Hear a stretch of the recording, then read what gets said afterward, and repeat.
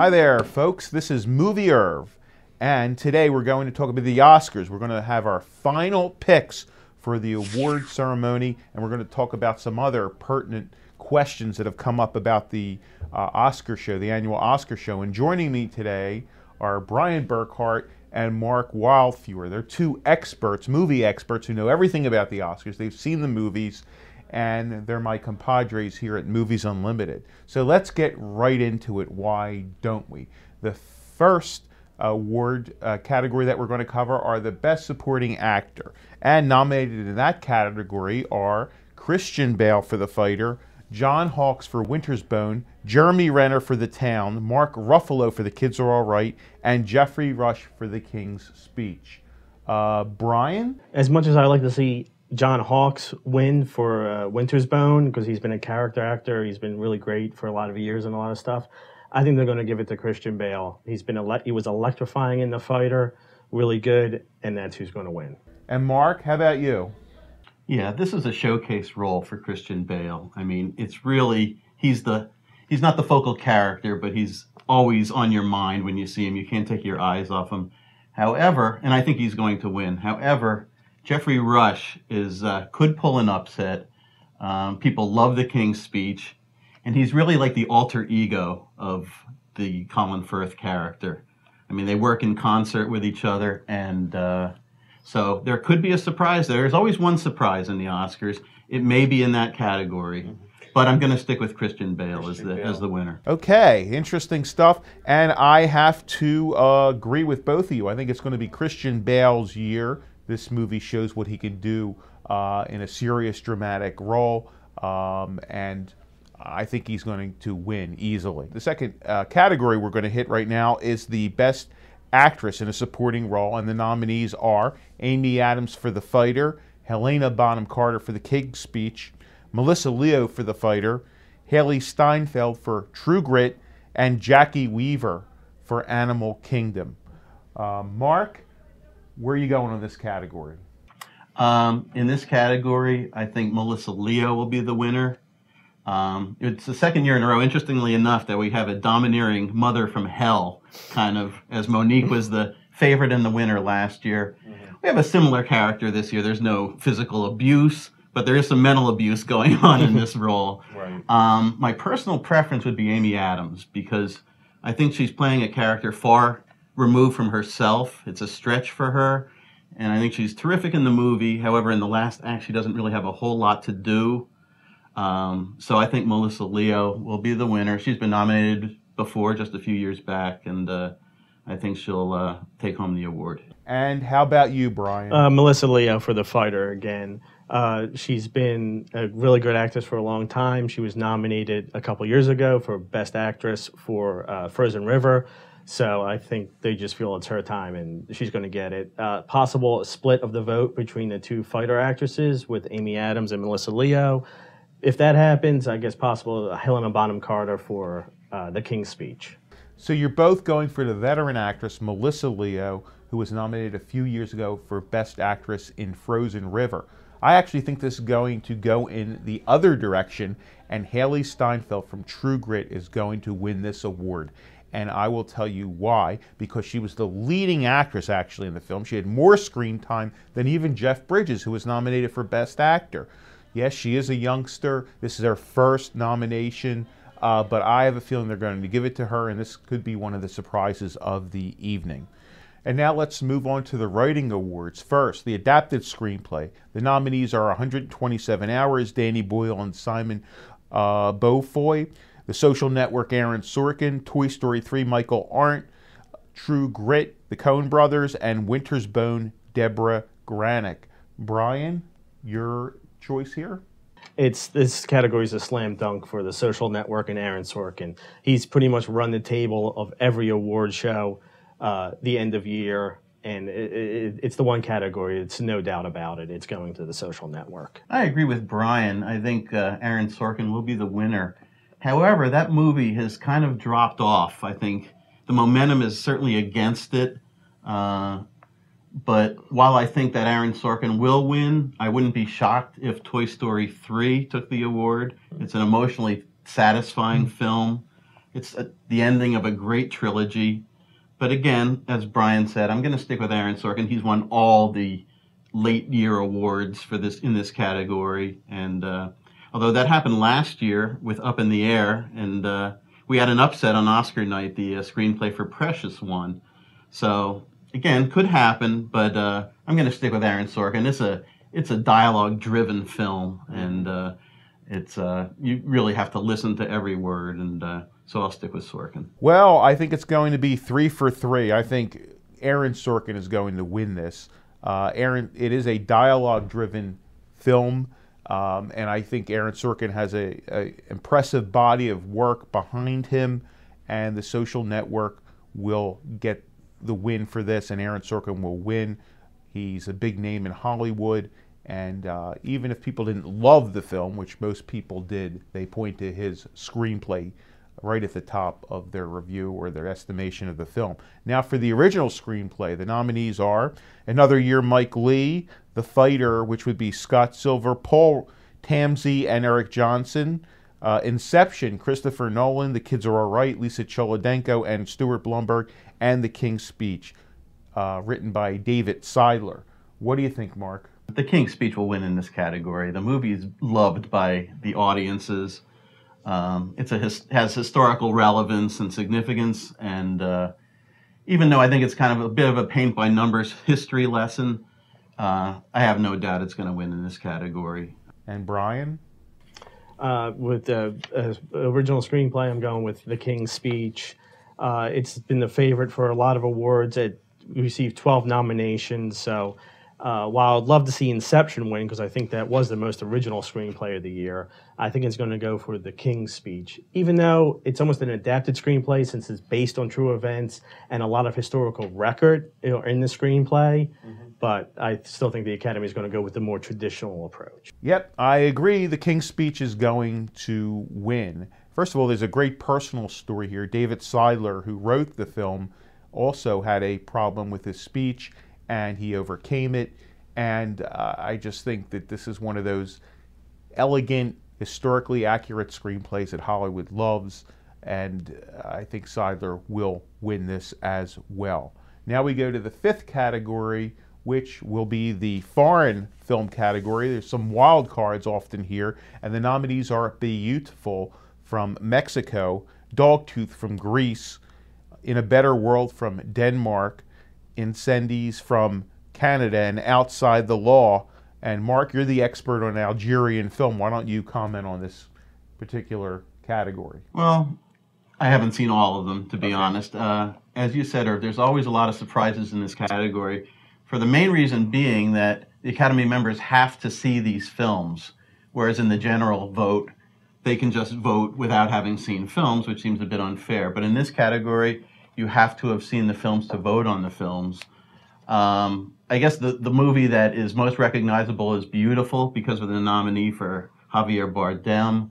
I'm just going to take a wild guess on this and go with the movie called In a Better World from Denmark. I've read some reviews, and the reviews are very positive, so I'll take a guess on that one. In an interest of full disclosure, I have seen none of these films. Okay, well, at least you're consistent. I usually catch up with the foreign films on home video. Right. But I'm going to go with the Mexican film Beautiful, because Bardem did manage to get a Best Actor nomination, so that shows there's some support for the film. And in just a total guess, that would be the winner. Okay, well, I agree that Beautiful will win. It does have the higher profile because Javier Bardem was nominated for Best Actor, and the director Inarritu has a track record that people know. He did Babel, 21 Grams, and Amores Perros, so I think he will get his Oscar here, even though I do believe this is the less of the 4 films that he's made so far.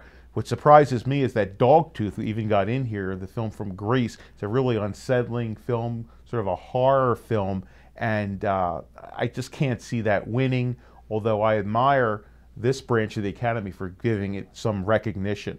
Now we go to the next nomination, and that would be Documentary Feature, and the nominees are Exit Through the Gift Shop, Gasland, Inside Job, Restrepo, and Wasteland.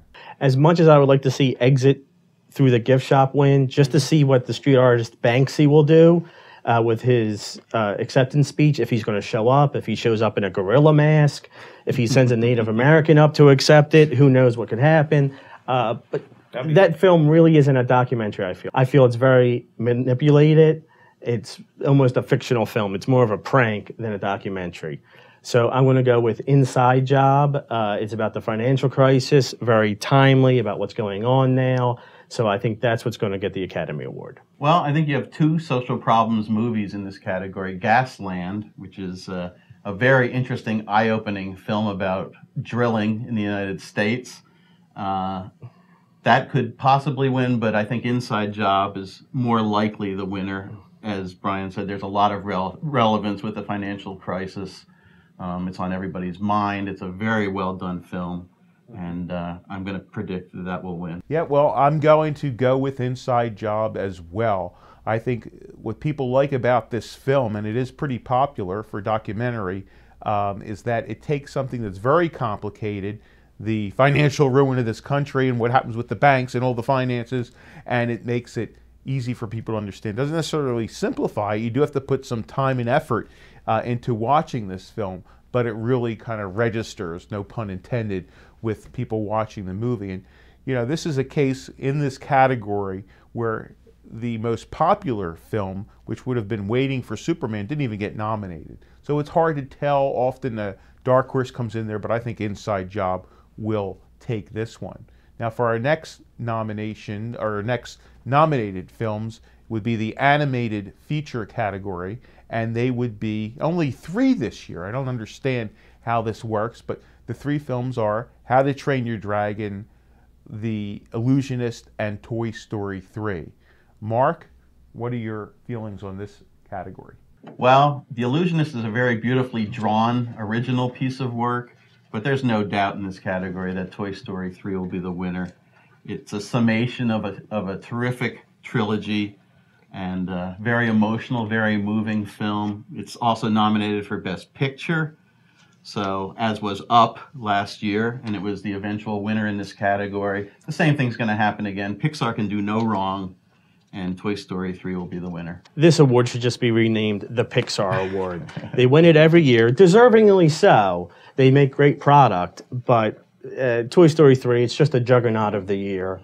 There's no doubt that this is the favorite by far and will win the category. Yep, I agree. I think it's going to be Pixar. Once again, Toy Story 3, one of the most popular films of all time. It is a great last edition, a last installment in this terrific series. I don't understand why there are not 5. There were some really good animated films this year. Despicable Me was popular. Megamind. There were some other films that got recognition, but Toy Story 3 will probably walk away with it. So we are going to go to our next category, and we're going to get into the acting categories now, the leading acting categories, and we'll go right to Best Actress. The nominees are Annette Bening for The Kids Are All Right, Nicole Kidman for Rabbit Hole, Jennifer Lawrence for Winter's Bone, Natalie Portman for Black Swan, and Michelle Williams for Blue Valentine. What do you think? It's a great field, all fantastic performances by the actresses. It's probably going to go to Natalie Portman for Black Swan. A really great emotional performance, plus on top of that, the physical training she had to go through to make the ballerina sequences believable. I could see it going to Annette Bening just for one of those career capping awards. They seem to like that, where you've had a great career. We haven't given you one yet. Here's your award. Thanks a lot. But I think Portman is just a ball of energy this year, and she should walk off with it. I'm going to concur with Brian, much as I'd like to see Annette Bening win in this category, because, first of all, I love the film. I thought it was funny. It's all about life. And her performance is terrific, but it's in a kind of an ensemble, really. But there's a chance that they could give her a career award. She's been great in many films. She's been nominated. This is her 4th nomination. But again, it looks like it's Natalie Portman's year. She's won most of the postseason awards. It's really a tour de force performance. She's in virtually every scene. The movie is really seen through her eyes. So it's through her point of view, and you go kind of on this journey into madness with her. And I believe Natalie Portman will be the winner in this category.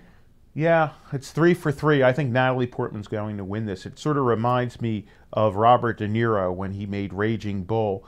You know, the way he gained weight here. Natalie lost weight. She went through this rigorous training, almost an entire year she worked on this film. And I just feel sort of bad for Annette. It just, the timing just doesn't seem right. It's just not her year. It is Natalie Portman's year. Everything seems to be going. She's in all these films. She's pregnant. It's just all these factors all at once. And poor Annette, I see her at these award shows sort of smiling and isn't that nice and clapping politely, but she probably was a killer or something. No, I'm just kidding. Anyway, yeah. So let's go to actor.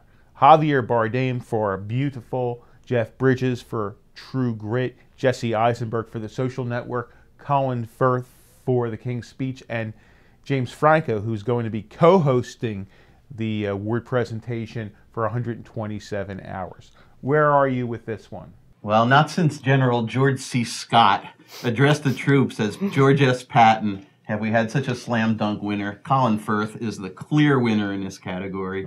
It's a towering performance. You feel the inferiority of this character, even though he's playing a larger-than-life character. He's really an underconfident person because of the stammer, and you see that in every scene. It's a great performance. I don't think there's any question. Without a shadow of a doubt, the winner will be Colin Firth in this category. To be boring, I completely agree. Firth is going to run away with it. I think from the time The King's Speech debuted, he was by far the front runner. Nothing has changed. He's going to win in a cakewalk, I believe. It'll be a shocking upset. As much as I would like to see Jesse Eisenberg win for The Social Network, because I think he gave a fantastic performance, something I had no idea that he could do. He really broke out of his Michael Cera light kind of mold there and showed he had much more to give. But Firth, no doubt. Well, I tend to agree. It's going to be Colin Firth. He's won every major award. He's been nominated before. A lot of people thinks he should have won last year, and I just think it's his year as well. He's well liked in Hollywood. He has a definite track record, and I think he's a shoo-in. I don't think anybody else even comes close. And now let's go to director. The nominees are Darren Aronofsky for Black Swan, Joel and Ethan Coen for True Grit, David Fincher for The Social Network, Tom Hooper for The King's Speech, and David O. Russell for The Fighter. What do you think, Brian? I believe it's going to be David Fincher for The Social Network. Okay. And it's very odd that he would win for what is technically his least visually interesting film. The Social Network is a film that really relies on the script and the acting, and he allowed his visuals to take a back seat to that. But I believe he is going to win. I wouldn't be surprised if Tom Hooper wins for The King's Speech, but I believe they're going to give it to Fincher. Until a few weeks ago, I felt David Fincher was the winner in this category. Then the DGA Awards came out, and Tom Hooper was the winner. And almost all the time, they follow suit. The DGA winner wins the Best Director. There's been a few exceptions, a few in recent years, in fact. But this is pretty much a good barometer of what's going to happen at the Oscars. It's a crowd pleaser. And even though I think Fincher's job was a little more difficult, he had to create a suspense film out of a film where we already know what the ending is. But I believe Tom Hooper will be swept in this huge win for The King's Speech, and I think he'll take home the Oscar. I'm going to go with Tom Hooper as well. I just think he did a sturdy, professional job all around. It's very well acted. It's very well written. He put all the elements together. He got terrific ensemble performances by everybody in the cast. It's a handsome production, and I think he'll win. And I don't think they'll give it to Fincher because, like you said, it's probably the least innovative visually of the films that he's done. I mean, not that it was an easy job. If you have read about David Fincher, he likes to do the Kubrick thing with 200 takes in a scene, and he certainly did it while he was making this movie. But I think it's going to be Hooper. And now let's go to the 10. Remember, 10 Best Picture nominees this year, they would be Black Swan, The Fighter, Inception, The Kids Are Alright, The King's Speech, 127 Hours, The Social Network, Toy Story 3, True Grit, and Winter's Bone. Now, what will win out of this field? Well, this comes down to two films, The King's Speech and The Social Network. And if I can draw a comparison to an Oscar long time ago, 1976, we had All the President's Men, which was a straightforward retelling of a historical event, very relevant at the time, same as The Social Network is, against Rocky, which is the ultimate underdog story, where a person comes from out of the depths and rises up. And in its own way, The King's Speech is the same kind of story, even though it's about a royal, a person of great importance. We still have a man who's very underconfident. The stammer has held him back. It's the oncoming of radio, and he has to be able to address people, to inspire people, to lead people. And finally, when he is able to achieve that, hopefully not giving away anything about the film, we feel it's a true triumph of the underdog. And I believe for that reason, Rocky won back in 1976 against an equally well-made film, maybe even better made. But I think people will hear the message of The King's Speech, and I believe that will be your winner for Best Picture of 2010. I'm going for one of those rare splits between director and picture. I think The King's Speech is going to win it. It's Oscar comfort food. It's what the Academy goes to. It's a historical biopic with a uplifting ending. It's a very emotional ending, very crowd pleasing, and I think it's just going to sweep by. I'm going with The King's Speech as well. I just think the fact that the film is out in theaters now in full force, The Social Network's already out on DVD. It was released a little bit earlier. It's won all these year-end awards. Hooper won the DGA award, which helps. I just think the momentum is on its side, and it's very popular as well, but it's not like blockbuster popular like Toy Story 3, and that kind of film would never be that way, really. But I just think that's going to win the Oscar.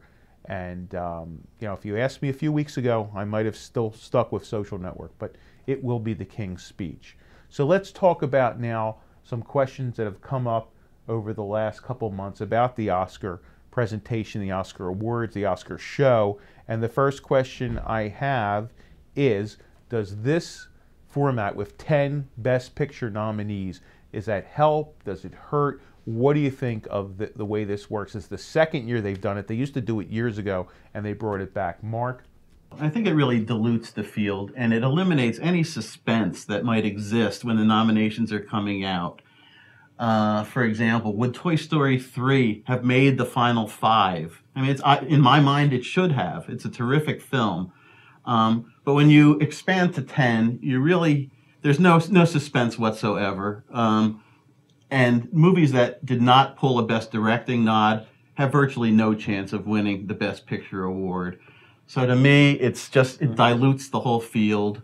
I don't think it's really necessary. It also adds to an unending amount of film clips on Oscar night, which I'm not a huge fan of either.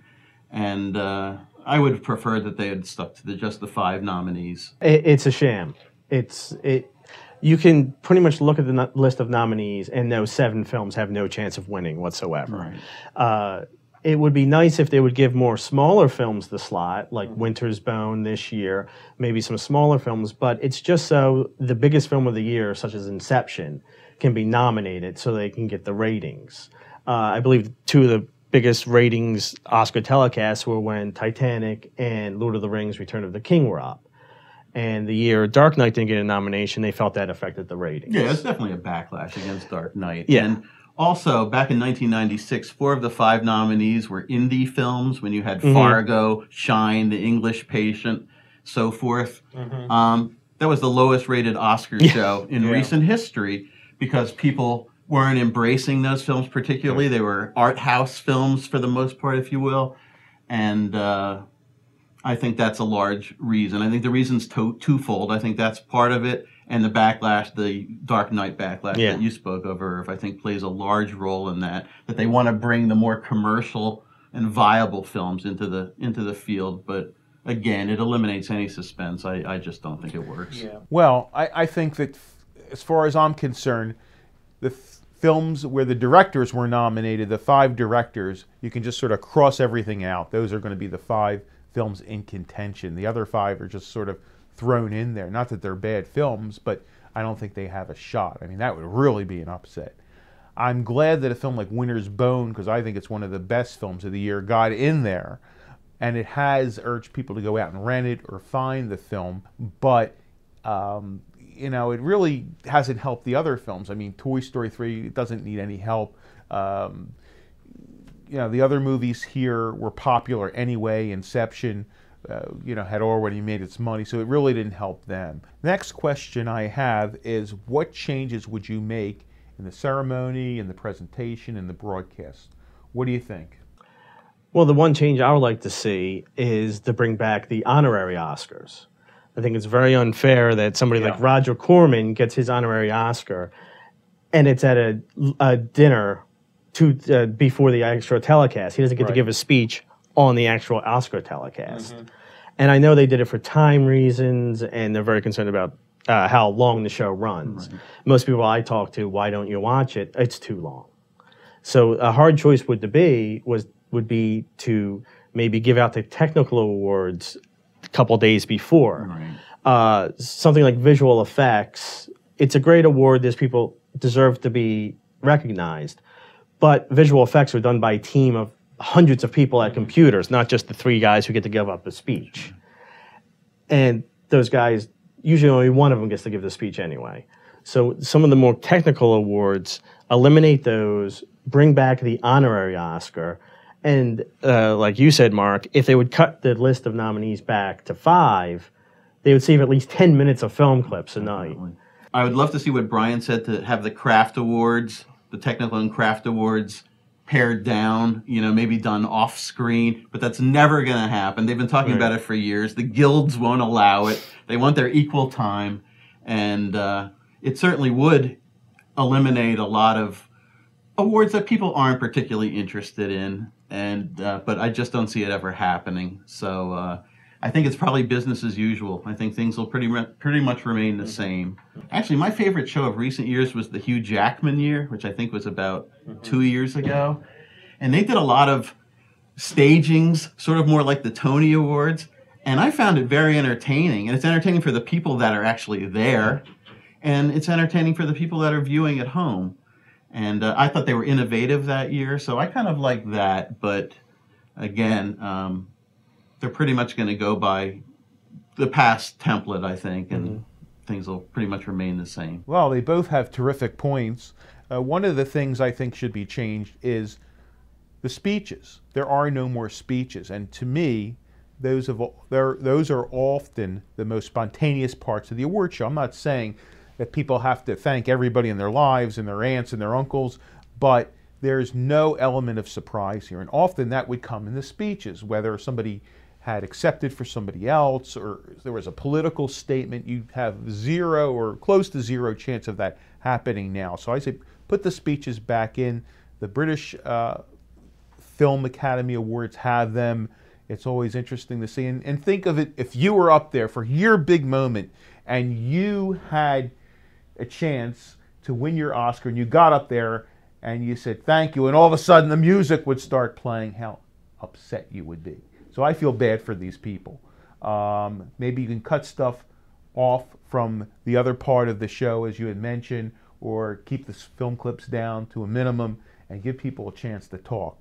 So there's one more thing I want to know, and that is, what do you think will be the big surprise in this Oscar show? Will be somebody being snubbed? Will there be any surprises? Or do you think it's all going to be cookie cutter? I think so. And the fact that the Oscars are the last award show after a season of endless stream of award shows, we know the winners in those previous award shows. It pretty much holds suit in the Oscars.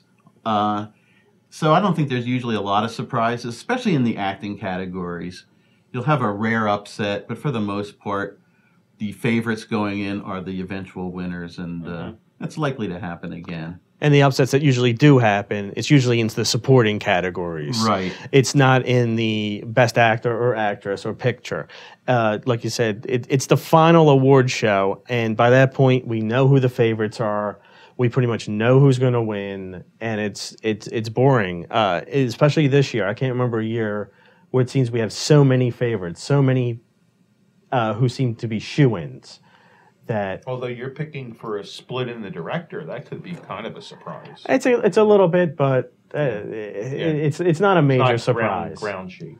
And it just because it's there's the biggest surprise is that there will be no surprises whatsoever. So it's going to be business as usual. The only possibility I think would be if my supporting actress choice, Haley Steinfeld, won. I think that would be a huge upset. And that would be at the beginning of the show, so maybe people would tune in and think that, oh wow, this show's going to be filled with surprises. I'm not saying that it's going to be fixed or anything, but I think that would be a big shocker, and people would start talking about the Oscars more that way. So, for Brian Burkhart and Mark Wildfuhr, this is Movie Irv Slifkin saying, enjoy the Oscars on February 27th. And don't forget, mark your pool based on what you heard here. Maybe we'll win you some money.